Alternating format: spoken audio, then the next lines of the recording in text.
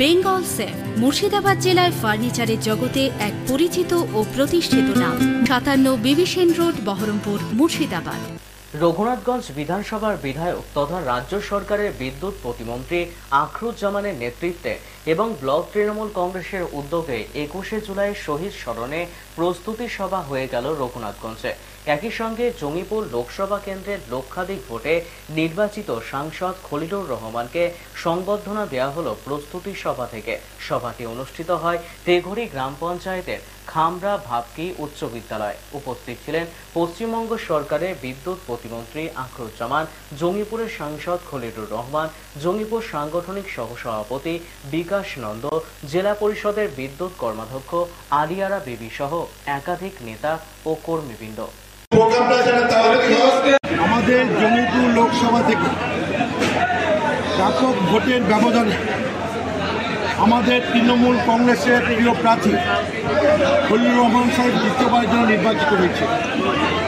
রঘুনাথগঞ্জ তৃণমূল কংগ্রেস কর্মীদের একটা আবেগ ছিল যে আমাদের দ্বিতীয়বারের জন্য নবনির্বাচিত সংসদকে আমরা সংবর্ধনা জ্ঞাপন করব, ওনাকে আমরা সংবোধিত করব।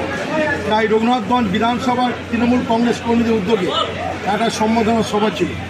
যখন আমরা সম্বোধনা সভার ডাক দিই, উনি যেহেতু আমাদের জেলার সাংগঠনিক সভাপতি খলিলুর রহমান সাহেব, উনি আমাকে একটা প্রস্তাব রেখেছিলেন যে বারবার কর্মীদের একত্র করে লাভ নাই, একইবারে আমার একটা দায়িত্ব এবং কর্তব্য রয়েছে প্রতিটি বিধানসভায়, প্রতিটি ব্লকে ব্লকে এই 21শে জুলাইকে সংগঠিত করার। তো উনি আমাকে একটা প্রস্তাব দিয়েছিলেন যে ভাই, রঘুনাথগঞ্জ আমাকে সম্মিলিত করবে, ঠিক আছে, কিন্তু আমার পক্ষ থেকে একটা সভা ওই মঞ্চে করে নেবেন 21শে জুলাই। এখান থেকে যাতে হাজার হাজার তৃণমূল কংগ্রেস কর্মীরা সেদিন কলকাতা অভিমুখী হতে পারে, একটা সাংগঠনিক প্রস্তুতি সভা। তাই রঘুনাথগঞ্জ বিধানসভায় একই ঢেলে দুটো পাখি, আমাদের প্রিয় প্রার্থী খলিলুর রহমান সাহেবকে রঘুনাথগঞ্জ বিধানসভা তৃণমূল কংগ্রেসের পক্ষ থেকে ওনাকে আমরা সংগঠিত করলাম, এবং তার সাথে সাথে খলিলুর রহমান সাহেবের পক্ষ থেকে জেলা তৃণমূল কংগ্রেসের উদ্যোগে রঘুনাথগঞ্জ বিধানসভার 21শে জুলাই একটা প্রস্তুতি সভা, দুটো সভা আমরা এখানে সম্পন্ন করি। মানুষ এখানে আজকে সংগঠিত।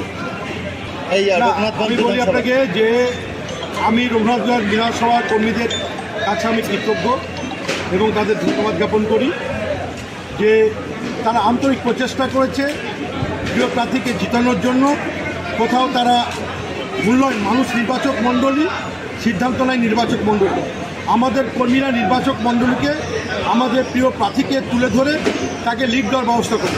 আমার প্রতিটি কর্মী তারা দাঁতের চাপ চেপে আমাদের প্রিয় প্রার্থীকে লিড দেওয়ার প্রচেষ্টা করেছেন। আমরা যতটা প্রত্যাশা করেছিলাম ততটা হয়তো লিড দিতে পারিনি, কিন্তু আমরা বিধানসভায় আমরা কিন্তু প্রিয় প্রার্থীকে লিড দিয়েছি। আমি যে কথাটা বলতে চাইলাম এটা কর্মীদের উৎসাহিত করার জন্য, তার কারণ যখন আমি সাংগঠনিক লেভেলে কর্মী বৈঠক করি, বিভিন্ন অঞ্চল নেতৃত্ব বলেছিল আমার অঞ্চল এত লিড দেবো, আমার অঞ্চল এত লিড দেবো। একমাত্র দুই একটা অঞ্চল তাদের কথা যে কমিটমেন্ট ছিল ভোটের আগে, নির্বাচনের মানে ফলাফলের আগে এবং ফলাফলের পরেও, সেই কথাটা তারা ধরে রাখার মধ্যে একটা অন্যতম ছিল ফিরিয়া অঞ্চল তৃণমূল কংগ্রেস। শুধু তাই নয়, তাদের যে ফলাফল তারা যে আমার কথা তার থেকে বেশি লিড দিল, কোন বুথে কেন বিরোধীরা ভোট বেশি পেল, এটা কিন্তু তারা বুথভিত্তিক পর্যবেক্ষণ করছে, যেটা অন্য অঞ্চল তৃণমূল কংগ্রেস নেতৃত্ব সেখানে একটু ঢিলামি করেছে, একটু দেরি করেছে, বসেছে, কিন্তু বুথভিত্তিক পর্যবেক্ষণ তারা কিন্তু করেনি। সেটাই বললাম যে গিরিয়ার কাছে একটু দিশা নাও, তারা এত লিড দেওয়ার পরেও এমন কোনো বুথ নেই যে বুথে তারা 200 বা 300 লিড নেই, কিন্তু ওই একটা বুথে কেন 80টা বিরোধীরা ভোট পেল। আমার কর্মীরা কি মানুষের কাছে যায়নি? আমরা কি মমতা ব্যানার্জি পরিষেবা মানুষের কাছে পৌঁছতে পারিনি?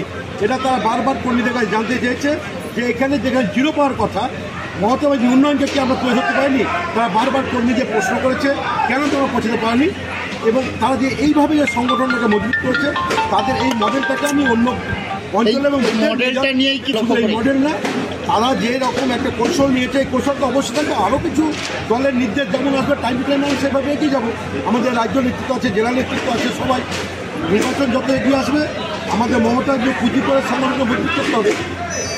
এই মণ্ডলীর সকলে আপনি যেটা বলছেন, আমার বিধানসভায় লিড দিয়েছি, এবার এবং না নির্বাচক মণ্ডলী তাদের নিজস্ব মতামত আছে, নির্বাচক মণ্ডলী সে তার সিদ্ধান্ত কীভাবে নেবে না নেবে তাদের ব্যাপার।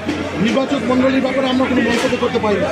আমরা কর্মীদের বলতে চাই যে মমতা ব্যানার্জিকে সামনে রেখে মমতা ব্যানার্জি উন্নয়ন, মমতা ব্যানার্জি যে সমস্ত পরিষেবা এগুলো আমাদের কর্মীরা হয়তো মানুষের তুলে ধরতে পারে, সেটাই আমি বলতে চাই। কিন্তু নির্বাচক মণ্ডলী তাদের সিদ্ধান্ত সঠিক নিয়েছে, নির্বাচক মণ্ডলীকে আমরা কৃতজ্ঞ। আসল ফল এটা আপনাদের শুনে আমরা লিড দিয়েছি, জিতা হই সেকেন্ডার।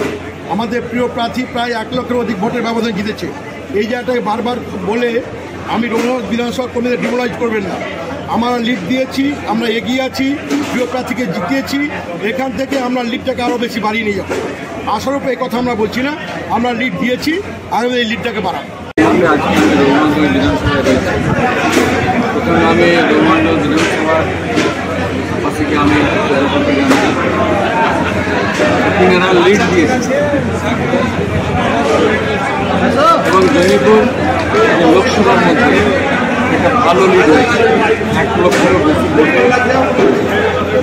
তৃণমূল কংগ্রেস জয়ী হয়েছে, এটা একটা ভালো। আমি কৃতজ্ঞতা জানাচ্ছি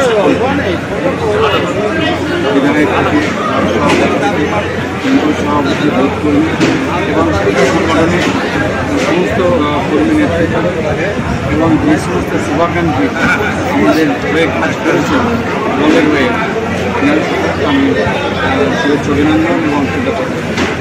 পাশাপাশি যে বিষয়টা বলছেন যে শুধু রঘুনাথগঞ্জ নয়, আমি জমিপুর লোকসভাকে লক্ষ্য রেখে যে বিষয়ে আমি আমার দাবি পেশ করেছি, আমি সেগুলো আমি আমরা পেয়েছি এবং যেটা পাইনি আমি সেগুলোকে পাওয়ার লক্ষ্যে এটা হবে আমার মূল কাজ। আমি যেমন বলেছিলাম নির্বাচন শিক্ষা এবং স্বাস্থ্য আমাদের বিশেষ করে জমিপুর লোকসভার জন্য আরও বেশি থেকে বেশি এবং এটা যে মানে বিদেশ নীতির বিষয় আছে, এটা আমরা বলবো না, এটা আমাদের রাজ্য নেতৃত্ব আছে কিনা এই পিএফ অফিস নিয়ে পিএফ অফিস থেকে ফিরিয়ে নিয়ে আসার আজও আমি সাহেবের যে আমাদের যে আইনজীবী ব্যানার রয়েছে শ্রমিক সংগঠন তারা পাশে আমার এগিয়ে আছে, পাশে ভালো করে আমরা ঐক্যবদ্ধভাবে এই দাবিকে আরও মজবুত জায়গায় নিয়ে যেতে এই জায়গাটা অফিসে ফিরিয়ে নিয়ে আসা বাধ্যতা। হ্যাঁ, বিড়ির মজুরি বৃদ্ধির ব্যাপারে আমি গতকালকেও আমি অ্যাসোসিয়েশনে আমার মেম্বারদেরকে জানিয়েছি যে আপনারা শীঘ্রই একটা ডেট করে পেমেন্ট নিয়ে বসুন। আমরা গতকালকে একটা কন্ডোলেন্স প্রোগ্রামে ছিলাম। আমাদেরই একজন অ্যাসোসিয়েশনের সদস্য তিনি এক্সপায়ার করেছেন, তিনারদের শোক জ্ঞাপন বার্তা দেওয়ার জন্য আমরা তিনার পরিবার সেখানে আমরা একাধিক সদস্য থেকে আমরা এই মেসেজটা দিয়েছি যে নিশ্চিতভাবে আমি চেষ্টা করবো যেন জুলাই মাসের মধ্যে যেন সেখানটা। বেঙ্গল সেফ মুর্শিদাবাদ জেলায় ফার্নিচারের জগতে এক পরিচিত ও প্রতিষ্ঠিত নাম। মনের ভাবনাগুলো প্রকাশ পেল, ঘর সাজাতে ইচ্ছে হলো, রকমারি আসবাব আছে একসাথে, চলো ঘর সাজাই বেঙ্গল সেফের সাথে, বেঙ্গল সেফের সাথে। Bengal safe 57 বিবিসেন road, Baharampur, Murshidabad.